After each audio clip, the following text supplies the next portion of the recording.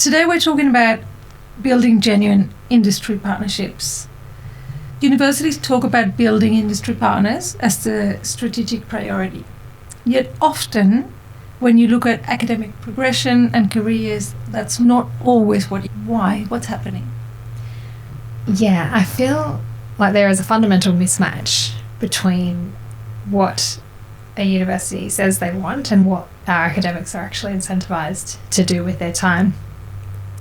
But broader than that, I guess, to zoom out for a little second, there are signals from the sector that can speak to what's really happening here and where the opportunities lie. For example, there are signals from where funding is coming from and what's awarded.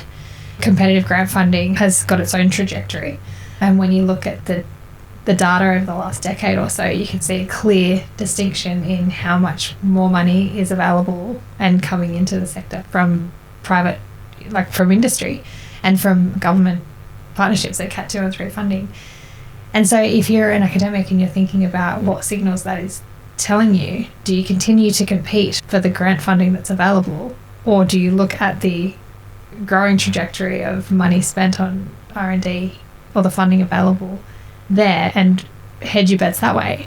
But importantly, that comes back to then what's a university incentivising, right? And we'll talk a bit more about that in a second. But other signals that the sector is sending is when we speak to industry partners, we're gauging their interest in how they're engaging with the universities. Some of them are, yes, investing and have great partnerships and long-standing partnerships.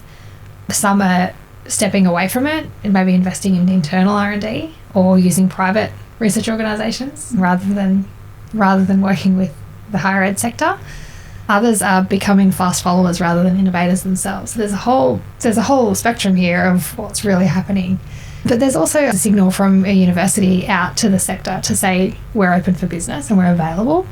It feels like a bit of lip service is given to the concept of, yes, we want to engage with industry, we want to be open partners, but then when it comes down to the nitty-gritty, there's frictions there, and we've already spoken about some of those frictions. But I guess today what we're talking about, if we're rewarding the right behaviour from our academics, if we look at academic performance frameworks, research active policies, the behaviours that are rewarded within an institution, there are signals there in terms of how we should be spending our time. And if we're still rewarding publications and supervisions and the traditional sort of scope of academic activity, then that leads to a certain outcome. And so if you want a different outcome, then we need to incentivise a different path that gets us to that outcome. All right, so let me stop you there for a moment. What kind of activities would you say that the university has to start thinking about or rewarding in its academic workforce in order to start to see different outcomes or to move closer to industry partnerships and collaboration? Yeah, and it looks very different, right, to what a traditional career path might look like. But it would be, and there are tangible things you can measure, like research income, for example, but there are the intangibles, and there's also the time horizon.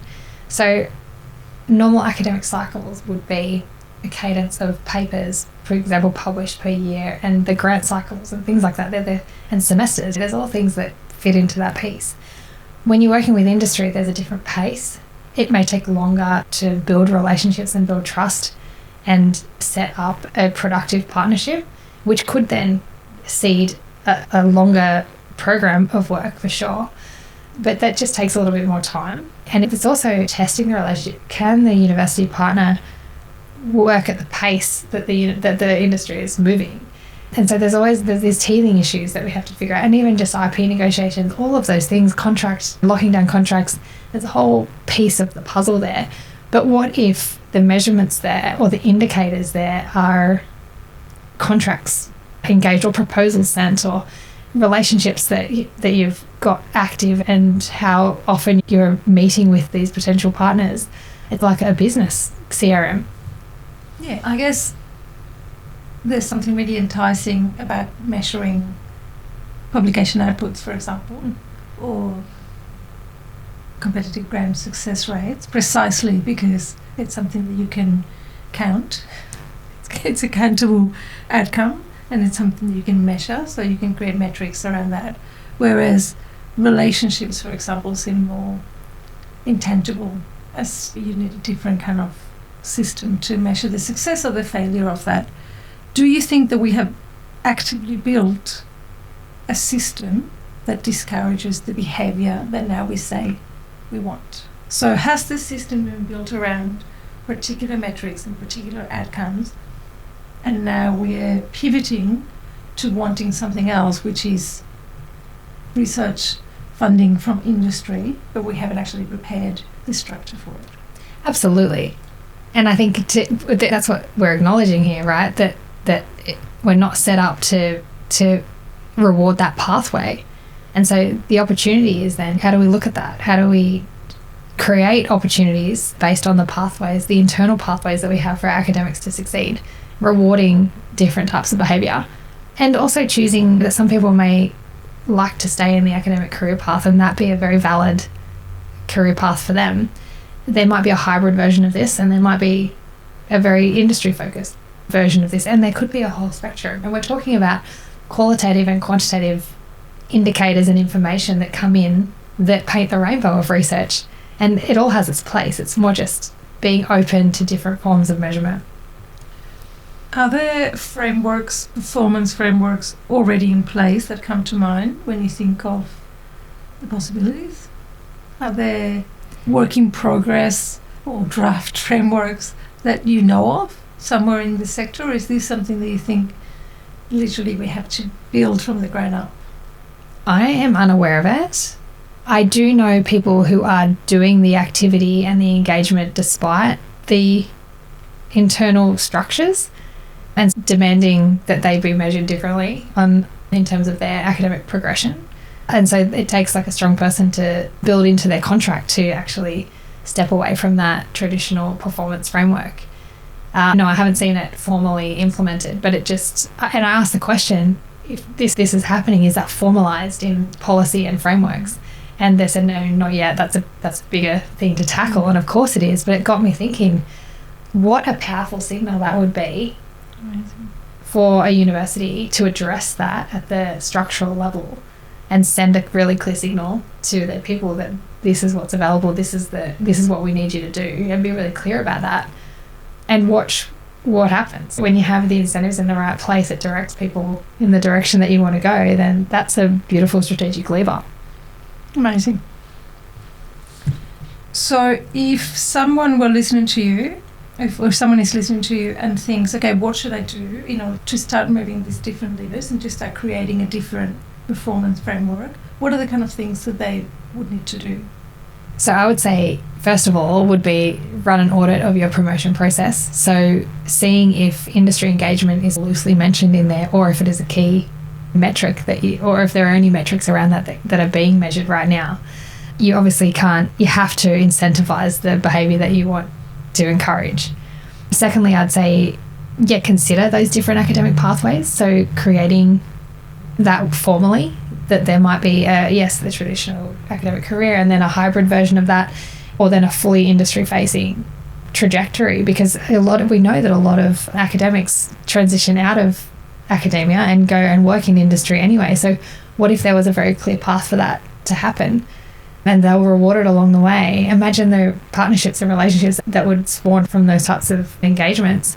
Interestingly though, and I think fair warning around academic workload, because that's a huge piece of this, and running a hybrid model doesn't mean doing it all. I think we need to be very clear about, okay, well, what does that look like? So maybe it's just more flexibility in terms of what an academic can do and be rewarded for, but with guardrails. Then I guess one of the risks is not treating it like a culture problem. So if your engagement relies on like workshops and loosely goodwill type activity, then you're not really doing the things that will move the needle. If you really want change, you need to mobilise your workforce and you need to broadcast a message to industry that we're open for business. And that culture can contribute to that, but it's not fundamentally a culture problem. It's a structural problem that then can be bolstered by a culture of And what we've spoken about in a previous podcast was about a culture of it being okay to fail and it being okay when a partnership doesn't work out. And that's natural. That's normal business behaviour. So just respecting that. If I may take a moment here just to ask, what are the signals that industry has to send to universities if they're looking for a university partner? So normally we look at this issue from the perspective of universities and what universities have to do. What's the other side? Do you have any ideas or any insight that you can share with us?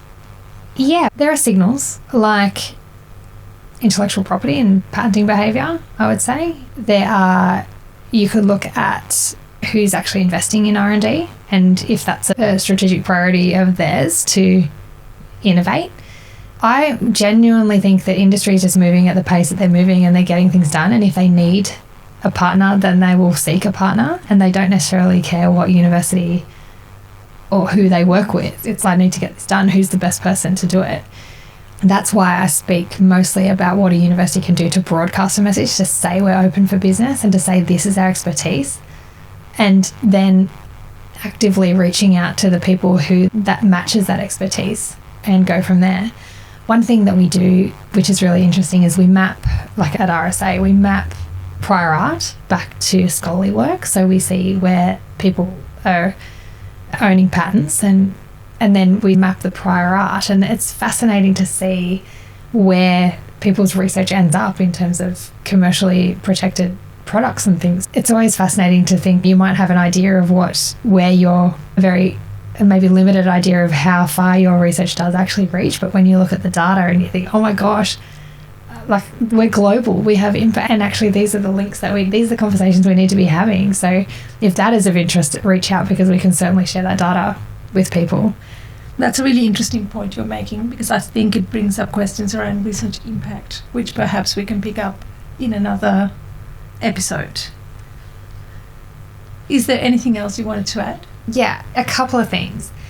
One thing I would say is to just pick one thing and pull that strategic lever. So if it is one policy that you can change, you go, no, this needs to be upgraded. Because when you do one thing, it sends a signal to your academics. That's actually that we can take this seriously. We see the work that you're doing. It just sends a really clear signal of what you want to achieve. And the second thing I'd say is identify who your industry engaged academics are right now. Understand what they're doing and what career sacrifices they're making to sustain that behaviour right now, because they're likely absorbing some stuff, trying to fit the mould of the current academic performance framework and also do industry engagement. So understand their situation, and then I guess just acknowledging that your reliance on that goodwill and that workload is a risk to the university, and that I think just acknowledging that and saying, we see you, this is the plan, and let them co-design the policy and the new framework with you, because I feel like they know the friction points, they know what the indicators might be, they're on the ground doing it, and so they're a beautiful source of information. There's a lot of things to change, a lot of levers to move, and a lot of food for thought in terms of how we move forward in the collaboration between industry and universities. Thank you so much. Thank you. Thank you.